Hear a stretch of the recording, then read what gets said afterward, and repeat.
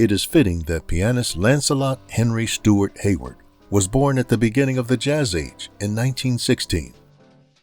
He would become a prominent Bermudian jazz musician, composer, and band leader in the 20th century. His repertoire included chorale music, musical theater, religious music, and jazz. The fact that he went blind from a very early age did not deter him from pursuing as much of a normal life as possible. By the time he was 6 years old, he was already playing the piano, and despite the challenges his disability presented, he achieved much throughout his 60-year music career, which started in 1933. He composed and arranged music for 3 vocal ensembles, led a duo, a quartet, a quintet, an orchestra, and was a much sought-after vocal coach and solo pianist. Lance is the god of the piano when you think in terms of Bermuda music. Yes, we had a number of others like Errol Darrell, Dennis Fox, Ron Lipen, and the list goes on, but all of them looked up to Lance Hayward. His style of playing was often compared to another visually impaired pianist, the legendary Art Tatum. He had total dexterity. Both his hands would independently weave out stories. I remember I was working at the Grotto Bay with Stan Gilbert, and he came and visited.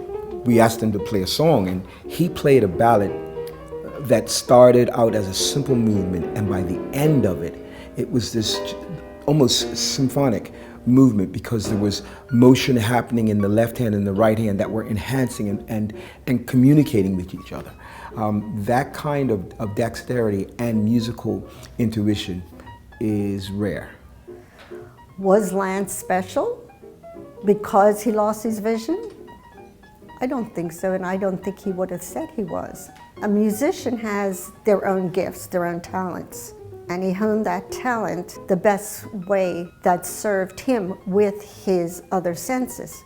But along with the senses that they're exercising more, they have to have a really good memory, because vision loss relies on memory. In 1954, he co-founded Beacon Club, a space within the Red Cross Committee for the Blind, and now Vision Bermuda, that offered artisan workshops for the visually impaired. That was the first time that any organization or any body came together to actually focus or be a group regarding the blind. And they developed a sheltered workshop where they taught other people who are visually impaired and did stools and baskets and all that type of stuff. Lance Hayward released 6 albums between 1950 and 1987, but in 1959, he made music history when, in the midst of a 4-year winter residency in Jamaica, he recorded an album for the Island Records label, the future home to music icons Bob Marley, U2, and many others. The erroneously titled Lance Hayward at the Half Moon Hotel would be the first ever LP release for Island.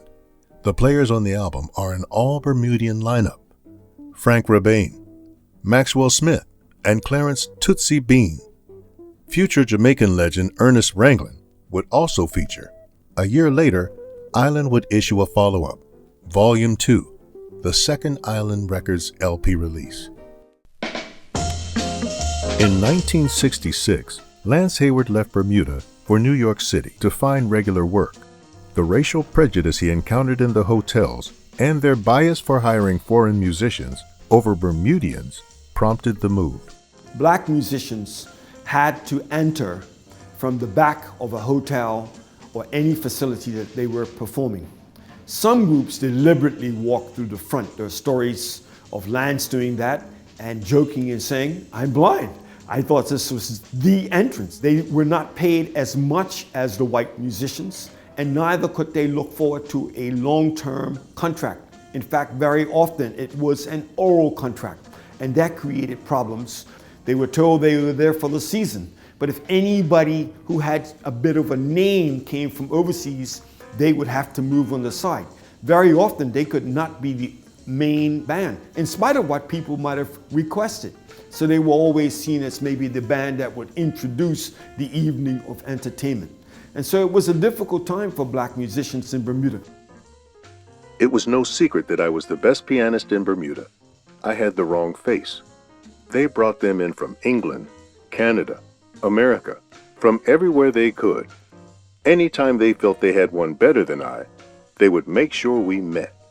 Here's somebody to beat Lance Hayward. But it never happened. I was attending Berkeley College after I had met with Lance. I went down to New York from Boston just to hear him play in an environment that expected excellence, and Lance delivered. And so for me, that was an encouragement that really meant that Bermuda was not a place where we couldn't move and exceed and excel. And he proved it. I had the pleasure of playing in a concert at Clay House Inn with, I don't know why he asked me, because at that time, I'm just a rookie bass player. And I think one particular song, I don't remember what the name of the song was, and halfway through the song, after he finished his solo, he says, "Okay, Stan, take one." Now, can you imagine? Take a solo after when Lance played. So anyway, I tried my best. I thought it was pretty good. The audience, they applauded, which was nice. And then he says, "Stan, take another one." And now I'm ready to go through the floor. He's a very, very funny person, but he did strive for excellence. During his time in the United States, Lance was a regular on the New York City jazz scene, and in particular at the Village Corner, where he was the resident pianist for 16 years. He shared stages with the who's who of jazz, like George Benson, Nancy Wilson, and Buddy Rich. When you're down and out, lift up your head and shout, there's gonna be a great day. In 1984, he formed his third vocal ensemble, the Lance Hayward Singers, a 16-voice group that performed his arrangements of jazz standards.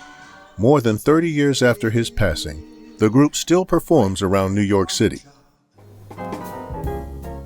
His final recording, "Killing Me Softly," was issued on Island Records in 1987.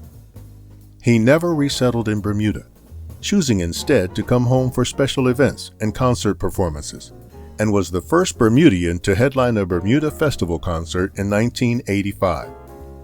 When I think about the fact that as a musician, he, without any kind of examination of his disability, we think about someone who's always building something, always establishing something, and that meant to me that my life isn't all about me and what I can get. That he was the one that really kind of helped and pointed that way to me, that as an educator now, I am looking out for someone who will exceed what I did and go beyond what I do. So he certainly was always teaching.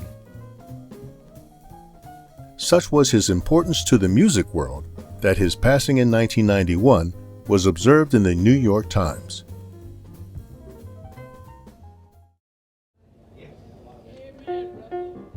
The thing I'm getting at here is that nobody has to stay here.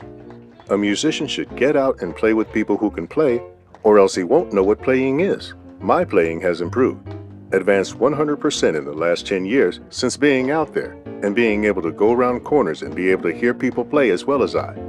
When you are out there and you have to struggle for a living, you'd better get your instrument together, your head together.